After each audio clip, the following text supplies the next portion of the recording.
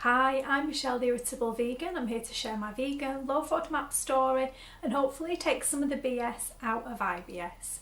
Now today's video I've got something a little bit different for you. I'm going to be sharing with you the things that I feel that I need as a low FODMAP vegan to survive 2 weeks in the Scottish Highlands. Let's take a look.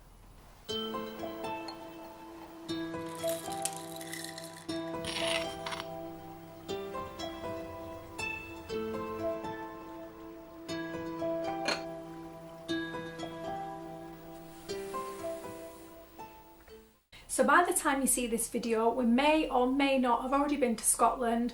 We may be neck deep in snow up in the Highlands. I'm not really sure of the schedule, but I just want to share with you some of the things that I feel as a low FODMAP vegan that I will be comfortable taking with me on a 2-week trip. Now, just to give you a little bit more information, we are travelling there in the car, so there is plenty of room available to us to take exactly what we think we might need. And once we get there, because we take the dog everywhere with us, she's coming with us, so because of that we don't stay in hotels. We have hired a private cottage, so there will be a whole full kitchen at our disposal. There'll be fridge, freezer, full cooker, full hob, microwave, kettle, everything that we could possibly need.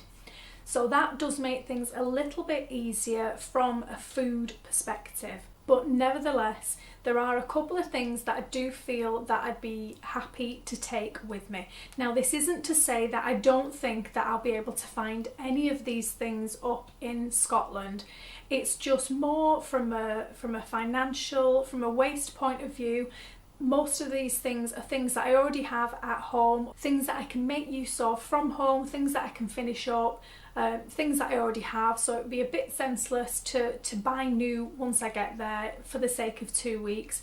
Particularly in terms of food items, there may be things that I might not use the whole time I'm there, so I don't really want to be buying new and either leaving them there or bringing everything back home with me. So I've really tried to make use of what I've got available to me here, and I'll be taking those things with me. Some of the things I'm going to be taking with me include kitchen equipment, some herbs and spice blends, and a few little store cupboard essentials that I don't want to be without. And other things are to make me more comfortable should a flare-up occur, so they're more kind of personal items. But let's take a closer look at some of the things I'm going to be taking with me. So to begin, I'm going to make a quick trail mix from bits and bobs I already have opened. This is an easy, high protein, high energy snack, and I'll be keeping it on hand during our hikes and days out.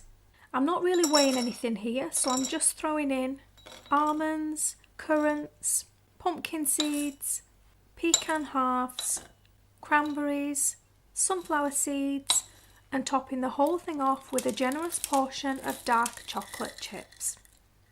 And as you can see, I got a bit carried away, so I'm going to need a bigger jar to be able to give this a good shake up and make sure I'm getting a little bit of everything in each mouthful.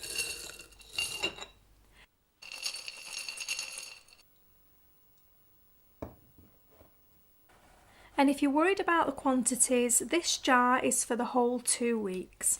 I'll be portioning it out each day and just eating the equivalent of a few handfuls, either on my breakfast or as a snack when I'm out and about.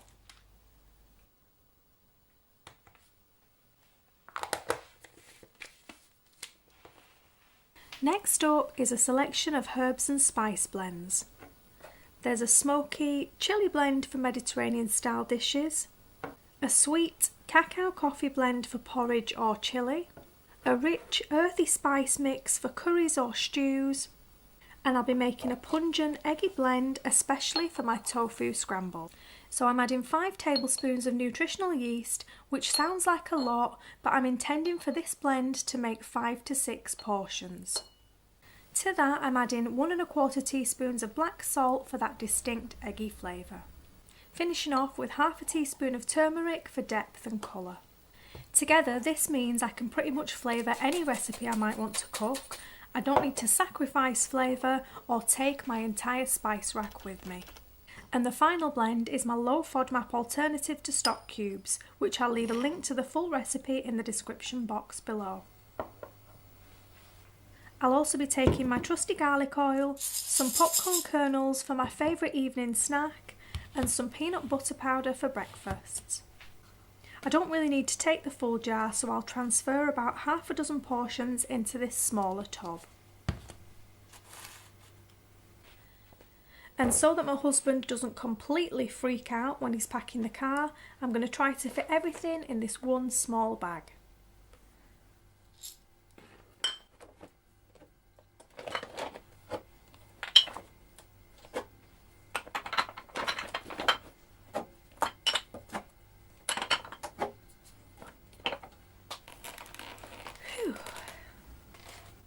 Another essential is my natural charcoal water filter. I don't know about you, but my IBS is definitely triggered by changes in water. And I don't just mean when travelling abroad, but I even notice a difference with water in the different regions of the UK. So although the natural charcoal can only do so much, I feel better in myself just knowing that the water has been filtered. And as it's still winter here in the UK, I'm taking a thermos travel flask. This is going to come in really handy on long hikes in the middle of nowhere. We can enjoy some nice hot soup as part of our picnic and not need to worry about finding food while we're out and about on the go. And the last piece of kitchen equipment is my trusty dual pot slow cooker. Now I know that to some of you this might seem like overkill, but for me, when we're self-catering, there's nothing better. I'll literally just throw my ingredients in the pot in the morning, head out for a day of exploring and come home to a delicious, vegan, home-cooked, FODMAP friendly meal. I particularly love this one with its two completely separate pots, meaning I can cook 2 meals at once, say a main meal for 2 and a soup for the next day, or separate meals for my husband and I. I think this is a brilliant bit of equipment for anyone self-catering to minimise the hassle of cooking whilst giving you full control and peace of mind at meal times. I'm also creating a couple of essential oil blends to take with me. One is going to be uplifting and refreshing, especially suited for combating tummy problems. And the other will be soothing and calming, great for sleep, facial massage and general relaxation. I'll also probably take my hot stones. These are not essential by any means, but we're really fortunate to have the use of a private hot tub, infrared sauna and jacuzzi bath. So deep relaxation and healing are going to be big features of the holiday. And for me, that definitely must also include massage. These are going to be a really nice touch and a really lovely way to finish off a busy day of hiking. Both hubby and I suffer with various recurring areas of muscle tension and spasms, so we like having something on hand to be able to offer relief and treat those problem areas, leaving us feeling ready to do everything on our wish list. Starting with the relaxing blend, I'm using lavender, sweet orange, rose and jasmine in an avocado oil base.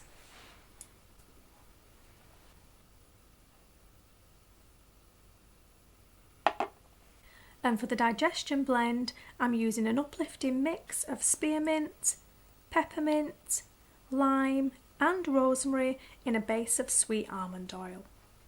I'll be using both these blends for massage and inhalation, but my favourite tried and tested way to use the digestion blend is to place a few drops on my microwave heat pad. I'll then place it over my tummy, and the combination of heat and oils makes it really effective for relieving stomach aches and period cramps. And I'll often sleep like this at the time of the month or when I'm experiencing a particularly bad IBS flare-up.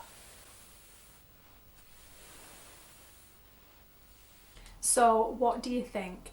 Are they the types of things that you would personally travel with? Are they the types of things that you'd never even considered taking on holiday with you before? Are they the types of things that you might consider taking away in the future just to make things a little bit easier on yourself?